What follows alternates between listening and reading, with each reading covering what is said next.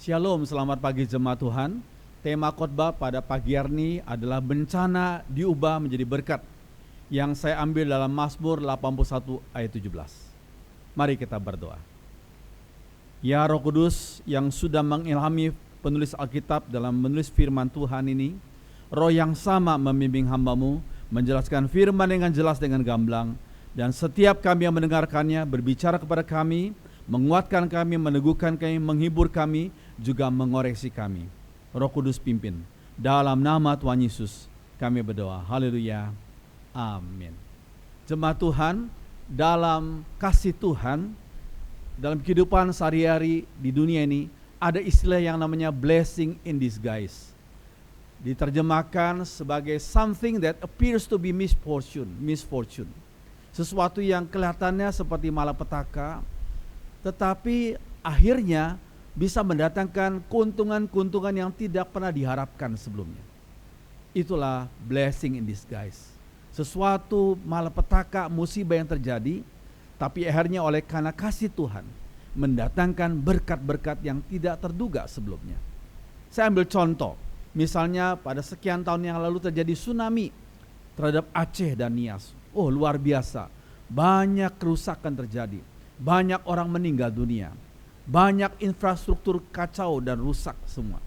Tetapi Tuhan dengan kasih-Nya memberikan blessing in disguise, sehingga lewat berita-berita yang disampaikan kepada dunia ini, orang mulai mengetahui, oh ternyata ada pulau yang namanya Nias, oh ternyata ada kota yang namanya Aceh, sehingga banyak sekali bantuan disalurkan kepada daerah-daerah itu.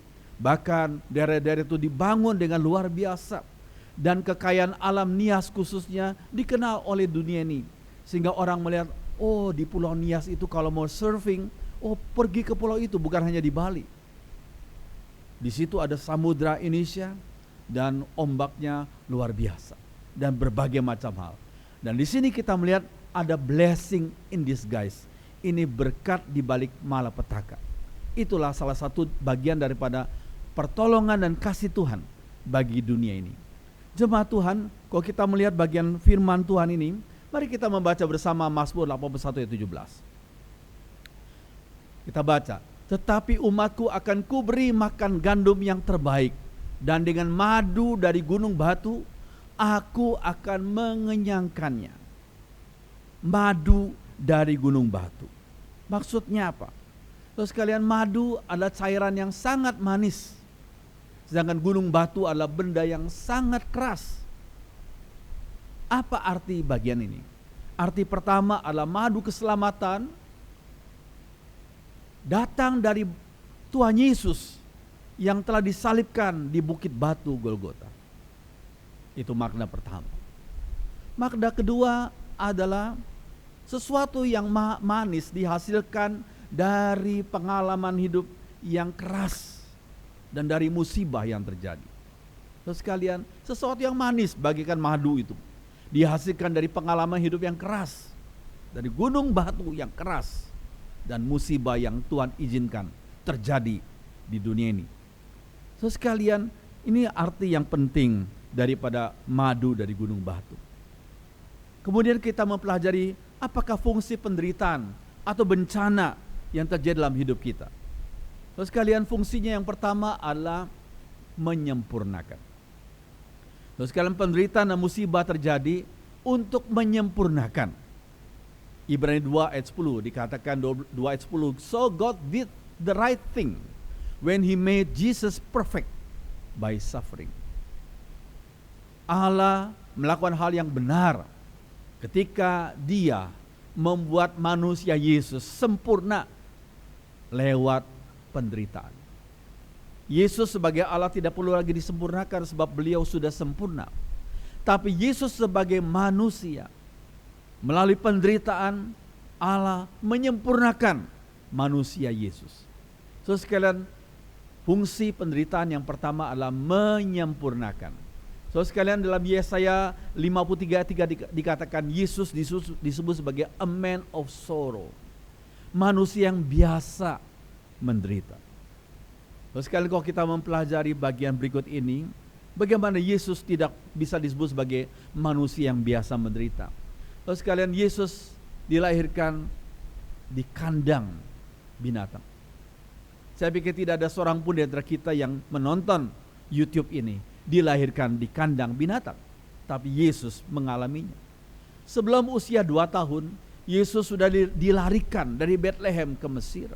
Karena dikejar-kejar oleh Herodes untuk dibunuh. Kan dianggap Yesus sebagai saingan daripada Herodes. Kemudian sekian tahun, akhirnya Yesus dibawa kembali ke Bethlehem, ke Nazaret, karena Herodes sudah mati. Dan Yesus disebut sebagai anak tukang kayu. Dan dalam bagian berikutnya dikatakan Yesus disebut sebagai tukang kayu. Kenapa demikian? Karena Yusuf meninggal dunia. Tetapi Yusuf meninggal dunia meninggalkan Yesus dan adik-adik dari hubungan Yusuf dan Maria. Yesus sendiri bukanlah hasil daripada hubungan Yusuf dan Maria, hasil dari karya Roh Kudus. Tapi kemudian Yusuf dan Maria kawin dengan, kemudian menghasilkan anak-anak biologis. Dan Yesus sebagai anak yang sulung, dia menggantikan fungsi ayahnya, role ayahnya, peranan ayahnya sebagai tukang kayu yang menafkahi akan adik-adiknya. Sekarang Yesus sebagai tukang kayu. Kalau kita berjabatan tangan dengan Yesus, pastilah tangan Yesus begitu kasar. Karena dia pernah memegang palu, dia setiap hari memegang paku, kayu yang kasar, dan pastilah tangan Yesus itu kasar. Sekalian kemudian Yesus selama 3,5 tahun dia melayani orang banyak, dan dikatakan dia pergi berjalan kaki selalu, kecuali 1 kali Yesus menunggang keledai, yaitu keledai pinjaman, waktu Yesus masuk ke Yerusalem. Itu pun hanya sekali. Setelah itu Yesus kemana-mana melayani dengan berjalan kaki. Kalau kita melihat telapak kaki Yesus waktu itu, pastilah telapak kaki Yesus itu kasar dan penuh dengan debu.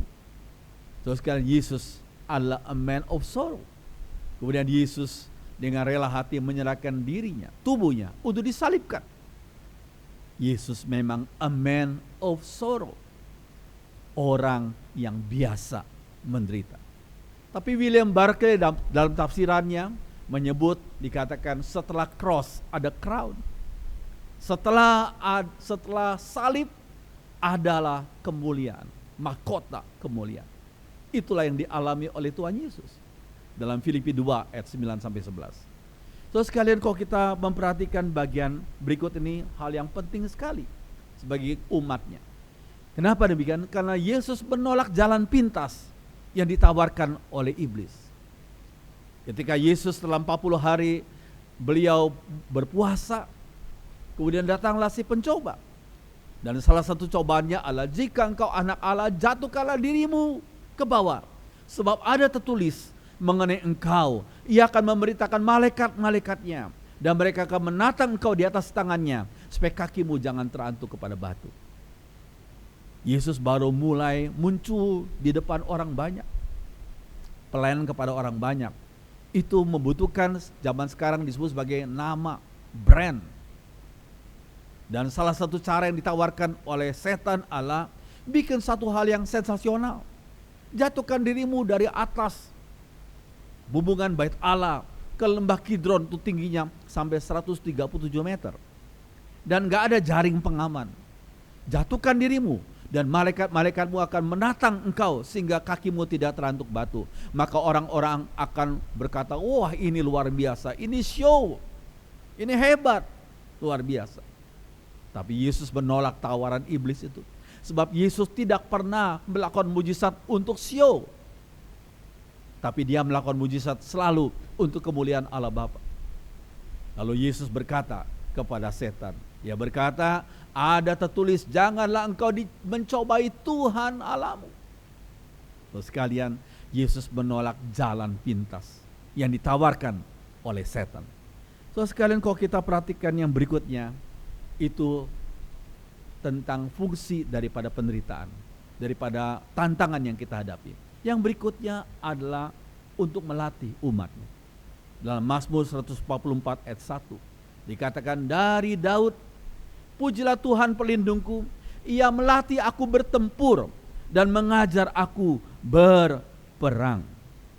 Terus sekalian, Tuhan itu ingin dan suka melatih umatnya. Latihan berarti bukan hal yang enak-enak, bukan hal yang nyaman, tapi berat. Semakin berat tantangan, semakin hasilnya akan semakin baik bagi orang yang dilatih itu. So sekalian, mungkin saudara pernah lihat statue patung ini yang ada di Amerika. Ini statue yang ada di Lincoln, di The Lincoln Memorial National. Patung dari seorang bernama Abraham Lincoln. So sekarang kalau kita mempelajari siapa itu Abraham Lincoln. Abraham Lincoln adalah presiden ke-16 daripada Amerika Serikat. Sebagian orang menyebut sebagai dia adalah the best, presiden yang terbaik yang pernah Amerika Serikat memiliki. Presiden ke-16. Kenapa demikian? Karena dia telah membawa masyarakat Amerika ke dalam kemerdekaan dan tentang dignity daripada setiap orang, dan dia menentang adanya perbudakan kulit hitam, dan dia membawa orang-orang Amerika kepada kesadaran akan persamaan hak daripada semua manusia. So sekalian, sehingga Lincoln itu sampai sekarang masih dikenang sebagai presiden yang terbaik dari Amerika yang ke-16 ini, presiden ke-16 itu. So sekalian, kalau kita mempelajari akan Wikipedia, maka dikatakan di situ Lincoln berasal daripada satu keluarga yang miskin keluarganya. So sekalian, dia karena miskinnya sehingga orang tuanya tidak punya uang untuk menyekolahkan dia, sehingga Lincoln lebih banyak self study. Tapi dengan pertolongan Tuhan akhirnya dia bisa menjadi seorang sarjana hukum.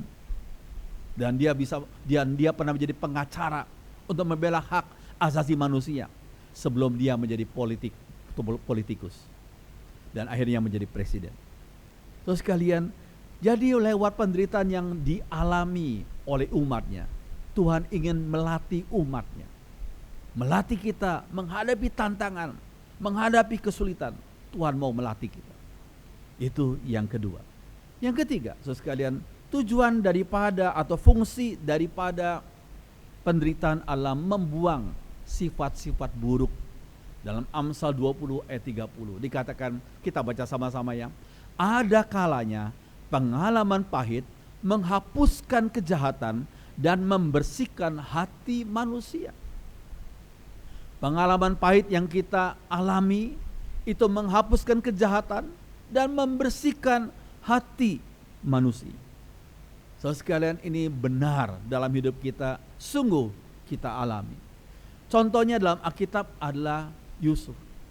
Yusuf sebagai anak kesayangan daripada Yakub, dan dia selalu diberikan barang-barang yang bagus, pakaian yang bagus, sehingga sampai usia 17 Yusuf menjadi seorang anak yang manja, yang dimanjakan, yang diberikan perhatian khusus dari ayahnya, sehingga dia perlu dibentuk oleh Tuhan, diproses oleh Tuhan. Dia diizinkan Tuhan untuk dikerjain istilahnya oleh kakak-kakaknya yang membenci Yusuf. Yusuf sebagai anak kesayangan ayahnya dimasukkan oleh kakak-kakaknya ke sumur yang kering. Lalu kemudian dia dijual menjadi budak belian. Akhirnya dia kerja di dalam rumah Potifar, tapi kemudian disenangi oleh istrinya Potifar. Dia dibujuk untuk berzina dengan sang istri Potifar, tapi dia menolak. Akhirnya dia difitnah. Akhirnya dia masuk penjara. Terus sekalian, bukan karena kesalahan, tapi karena fitnahan. Yusuf mengalami hidup yang keras dan sulit itu berapa lama? Firman Tuhan berkata 13 tahun lamanya. Yusuf menikmati hidup nyaman sampai usia 17. Yusuf bertemu dengan Firaun waktu dia berumur 30 tahun. Berarti Yusuf mengalami hidup yang keras selama 13 tahun.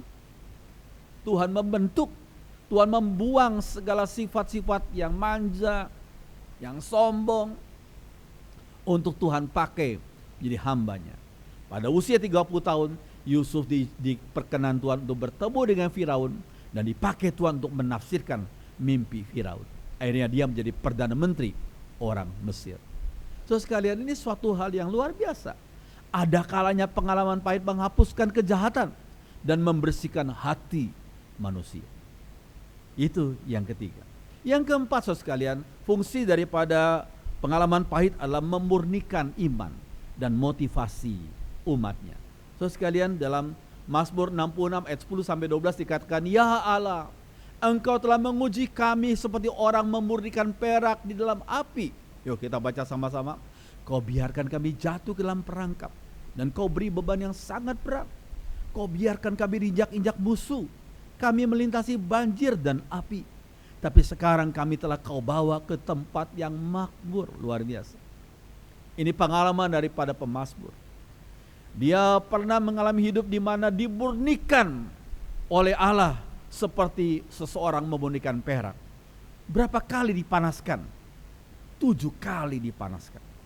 Perak itu kalau mau dapat yang bersih, emas juga sama, harus 7 kali dipanaskan dengan api yang begitu panas.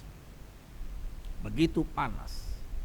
Terus sekalian, untuk mendapatkan emas atau perak yang murni, terus sekalian, itu adalah proses pemurnian, terus sekalian. Sehingga akhirnya orang mendapatkan emas yang murni, perak yang murni.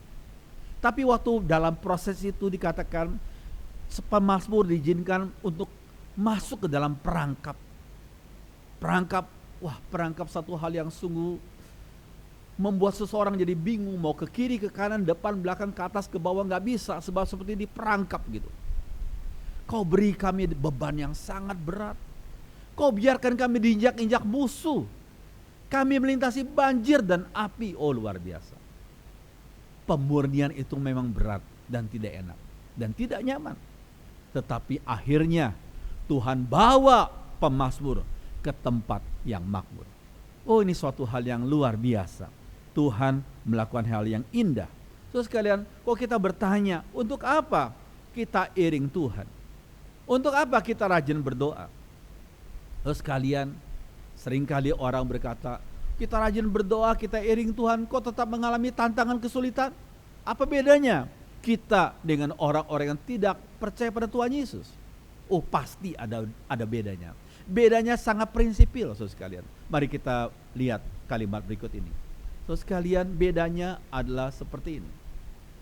Motivasi utama iring Tuhan Yesus, karena di dalam Yesus ada keselamatan kekal. Ayo kita baca sama-sama ya. Motivasi utama iring Tuhan Yesus, karena di dalam Dia ada keselamatan kekal. Ada jaminan pengampunan dosa. Soal kaya atau sehat itu enggak selalu. Itu relatif. Tuhan tidak selalu berikan kepada umatnya kesehatan. Tuhan tidak selalu memberikan kepada umatnya hidup yang berlimpah-limpah, tidak selalu.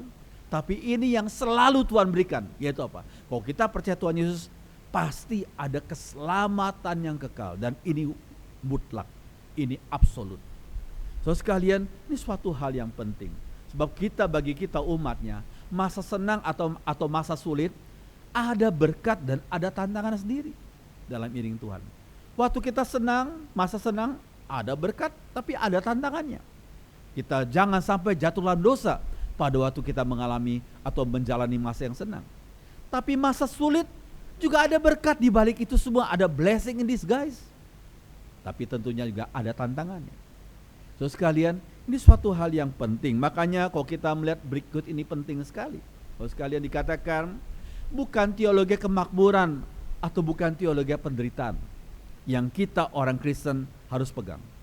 Bukan teologi kemakmuran, bukan teologi penderitaan, tetapi teologi ketangguhan. Yuk kita baca sama-sama kalimat ini. Bukan teologi kemakmuran atau teologi penderitaan, tetapi teologi ketangguhan. Dari mana saya bisa menyimpulkan hal ini? Dari ayat ini. Yuk kita baca sama-sama. Aku tahu apa itu kekurangan. Ini penderitaan, teologi penderitaan. Dan aku tahu apa itu kelimpahan. Ini teologi kemakmuran. Dalam segala hal dan dalam segala perkara tidak ada sesuatu yang merupakan rahasia bagiku. Baik dalam hal kenyang maupun dalam hal kelaparan. baik dalam hal kelimpahan maupun dalam hal kekurangan. Tetapi bagian terakhir dikatakan apa? Segala perkara dapat kutanggung dalam Dia yang memberikan kekuatan kepadaku. Itu yang saya sebut dengan teologi ketangguhan. Dalam keadaan senang maupun dalam keadaan susah, tangguhlah imanmu, kuatlah imanmu, tetap setia iring Tuhan. Saudara sekalian, ini hal yang penting harus kita pahami. Saudara sekalian, lihat gambar ini. Ini gambar di mana pohon-pohon jati, ya, seolah-olah seperti pohon yang mati, nggak ada daun, kering, semua daun rontok. Kalau saya naik mobil lewat perbatasan Jawa Tengah ke Jawa Timur, itu ada hutan kayu jati. Itu kalau sudah musim kering, pada rontok semua. Saya pikir itu sudah mati lah. Tidak, ternyata pada waktu musim kering, itu kayu jati batangnya itu diberikan kekuatan, tambah kuat dia, tambah keras dia, ya. Lalu kemudian ternyata akar pohon jati bisa masuk ke dalam tanah, bisa mencari sumber mata air. Pada waktu musim hujan tentunya daunnya muncul untuk menambah atau menghasilkan bunga pohon jati yang kemudian dijadikan sebagai persemaian pohon jati yang masih kecil. Saudara sekalian, ini kalau kita memperhatikan pohon jati, memang keras, ya, justru tanah yang ada kapurnya itu pohon jati paling cocok. Terus sekalian, tetapi memang untuk mendapatkan pohon jati yang bisa kita pakai itu puluhan tahun bahkan berabad-abad. Terus sekalian, tetapi kita melihat gambar ini. Ini gambar pohon pisang yang belum 1 tahun udah bisa dipanen, dan sebelum mati dia sudah menghasilkan beberapa anak lagi, anak pohon di sekitarnya. Terus sekalian, pohon pisang nggak sampai setahun udah bisa dipanen, karena dia memang cepat berbuah, ya. Dia harus tumbuh di tempat di mana banyak air, ya, sehingga menghasilkan buah seperti yang kita rindukan. Keduanya berguna. Tetapi kalau orang mau bangun rumah, tidak ada orang yang bangun rumah dengan batang pohon pisang, nggak ada. Tapi kalau mau bangun rumah yang bagus harus pakai batang pohon jati. So sekalian, ini suatu hal yang penting. Kalau kita menghadapi kesulitan, ingatlah pohon jati. Pada waktu musim kemarau nggak ada hujan, justru batangnya semakin kuat, semakin kokoh. Ya, iman kita semakin kuat, pribadi kita semakin kokoh. Terus sekalian, ini suatu hal yang indah sekali. Kemudian berikutnya, bagaimana kita menghadapi kesulitan? Terus sekalian, ada 3 hal yang saya perlu sampaikan. Yang pertama adalah jangan lari, tapi hadapilah.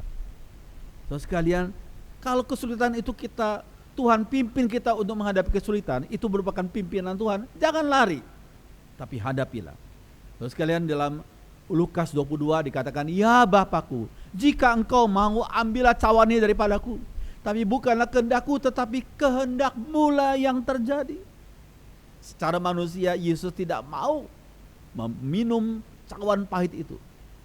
Terus sekalian, tapi Yesus mengakhiri doanya, bukan kehendakku tapi kehendak-Mu yang jadi. Dikatakan bahwa Allah Bapa kirim seorang malaikat untuk menguatkan Yesus yang secara manusia gentar, tapi seorang malaikat itu menguatkan Yesus. Akhirnya Yesus bisa bangkit dari doanya dan dia bisa menghadapi itu semua dengan tegar, dengan berani. So sekalian, jangan lari tapi hadapi. Terus sekalian, ini suatu hal yang penting. Kalau Tuhan izinkan kita mengalami kesulitan, jangan lari tapi hadapi. Ini adalah pada gambar orang yang coba lari dari kesulitan. Terus sekalian, maka dari itu satu statement yang bagus. Kalau engkau menghadapi kesulitan, memikul beban yang berat, ikutilah statement ini. Berdoalah kepada Tuhan, berikanlah aku punggung yang kuat untuk menanggung beban yang Tuhan berikan. Jangan lari, tapi minta kekuatan dari Tuhan. Jangan seperti gambar ini yang coba melarikan diri dari kesulitan hidup. So sekalian, yang kedua, jangan gentar, tetapi beranilah. So sekalian, dalam Roma 8 dikatakan, siapakah yang akan memisahkan kita dari kasih Kristus? penindasan atau kesesakan atau penganiayaan atau kelaparan atau ketelanjangan atau bahaya atau pedang. Kita sama-sama baca. Tetapi dalam semuanya itu kita lebih daripada orang-orang yang menang oleh Dia yang telah mengasihi kita. Oh, luar biasa. Jangan gentar, karena Tuhan beserta kita. Hadapi itu, karena tiada satu kuasa pun yang bisa memisahkan kita dari kasih Allah yang telah dinyatakan lewat pengorbanan Tuhan Yesus. Bahkan Tuhan berjanji untuk memberikan kita hidup yang lebih daripada pemenang. Terus kalian, apa makna lebih dari pemenang itu? Terus kalian, makna daripada lebih pemenang adalah jadi saluran berkat walaupun sedang mengalami tantangan yang berat. Yuk kita baca yang hijau ini ya. Jadi saluran berkat walaupun sedang mengalami tantangan yang berat. Berkat tidak selalu harta. Kita bisa memberikan waktu kita, perhatian kita, konseling kita, doa kita. Itu berkat. Bahkan kalau kita lihat gambar ini, waktu Tuhan Yesus di atas salib, Dia masih berdoa untuk pengampunan dosa bagi orang-orang yang menganiaya Dia. Bapa, ampunilah mereka, karena mereka tidak tahu apa yang mereka perbuat. Itu berkat yang luar biasa. Padahal Yesus sedang menderita begitu berat, dan Yesus masih memperhatikan nasib daripada ibunya. Dan Dia berkata, ibu, inilah anakmu, yaitu Rasul Yohanes itu. Dan Dia berkata kepada Rasul itu, inilah ibumu. Maksudnya apa? Tolong jaga, tolong pelihara ibuku yang akan kutinggalkan. Padahal Yesus sedang disalibkan, sedang menderita, tapi Dia masih memperhatikan nasib dalam tanda kutip ya, kehidupan daripada ibunya. Karena waktu itu, waktu sampai Yesus di atas salib, saudara, Yesus belum percaya bahwa Yesus adalah Mesias. Baru mereka percaya setelah Yesus bangkit. Jadi Yesus menitipkan ibunya untuk dirawat oleh Yohanes, murid yang terdekat itu. Saudara sekalian, inilah hidup lebih daripada pemenang. Yang ketiga, saudara sekalian, jangan iri hati, tapi bersyukurlah. Saudara sekalian, ada ayat yang bagus. Dikatakan begini, pelanduk, binatang yang lemah tetapi membuat rumahnya di bukit batu. Saudara sekalian, istilah kata pelanduk ini sebenarnya kurang tepat terjemahannya, tapi harusnya diterjemahkan sebagai rock hyrax. Rock hyrax itu adalah semacam binatang yang hidup di bukit-bukit batu di daerah Galilea. Itu badannya sebenarnya lentur sekali, tidak besar. Karena lenturnya sehingga dia bisa naik, membuat rumahnya di bukit batu itu, di celah-celah bukit batu. Dan rock hyrax ini adalah sebagai binatang yang sering dikejar-kejar oleh predatornya.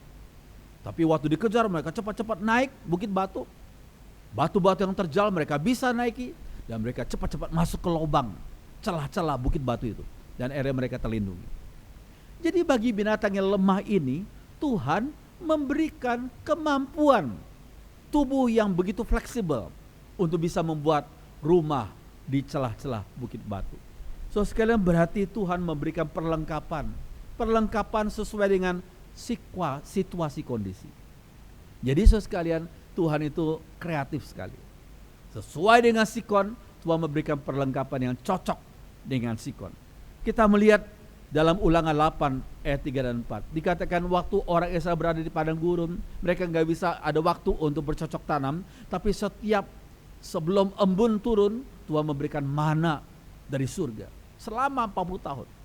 Sesuai dengan sikon. Jadi dikatakan pakaianmu tidaklah menjadi buruk di tubuhmu. Bayangkan, selalu setiap hari kena keringat kok nggak buruk. Kemudian kakimu tidaklah menjadi bengkak selama 40 tahun ini. Kalau kita berjalan di daerah yang panas, kita bisa saja bengkak. Tetapi Tuhan menjaga sampai sekecil-kecilnya, sehingga kakimu tidaklah menjadi bengkak selama 40 tahun ini. Memang berkat Tuhan sesuai dengan sikon yang relevan dengan kebutuhan kita. Oh, luar biasa, puji Tuhan. Yang keempat, saudara sekalian, sikap kita adalah jangan dendam, tapi ampunilah. Yusuf itu bersikap luar biasa. Setelah Yakub itu meninggal dunia, saudara Yusuf takut jangan-jangan ini kesempatan bagi Yusuf untuk balas dendam kepada mereka. Tapi ternyata Yusuf sudah diubah hatinya oleh Tuhan. Dia tidak punya rasa benci dendam kepada saudaranya yang sudah mengerjain dia istilahnya. Tapi dia memanggil semua saudaranya berkata, tenang saja. Kalian memang telah mereka-rekakan yang jahat kepadaku, tapi Allah telah mereka-rekakannya untuk kebaikan. Yusuf melihat itu dari segi positif, dari perspektifnya Allah, yaitu untuk memelihara hidup suatu bangsa yang besar.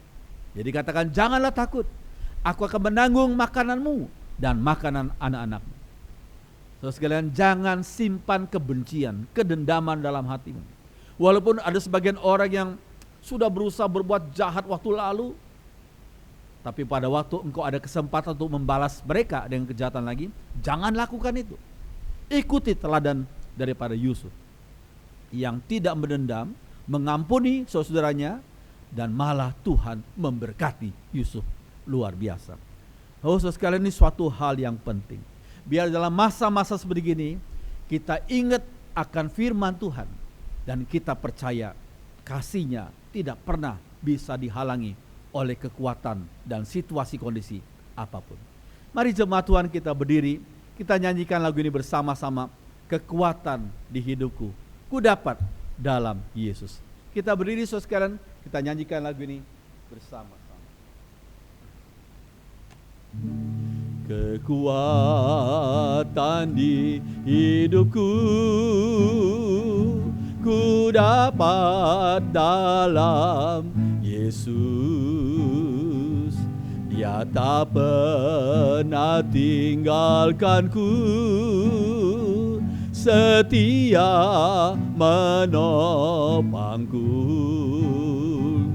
Berseru berharap dalam Yesus. Ajaib Kau Tuhan, penuh kuasa, sanggup pulihkan keadaanku. Dalam tangan-Mu seluruh hidupku tak akan goyah selamanya.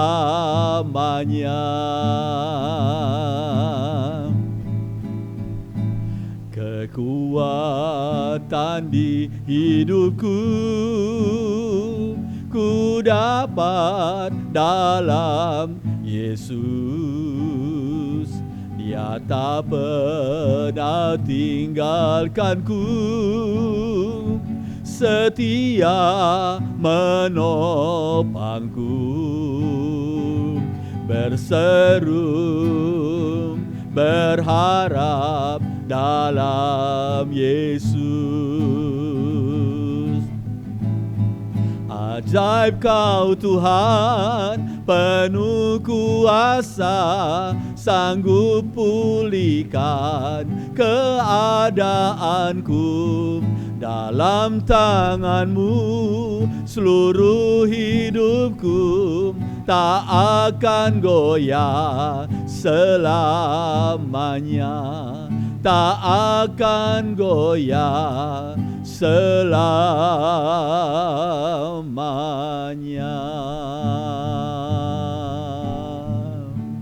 Mari kita berdoa. Kami bersyukur Tuhan, kekuatan dari Tuhan luar biasa. Kalau kami bersandar pada Tuhan, Allah yang kreatif, Allah yang tidak pernah habis akal, Allah yang maha kuasa, Allah juga yang maha kasih, yang mau dan mampu menolong kami. Firman yang sudah hamba sampaikan, perkataan manusia sudah selesai, tapi firman Tuhan dengan kuasa Roh Kudus akan terus terngiang-ngiang di telinga kami, untuk kami bisa melakukan dalam hidup kami sehari-hari. Terima kasih Tuhan, dengarkan doa kami. Dalam nama Tuhan Yesus kami berdoa. Semua orang beriman mengatakan amin.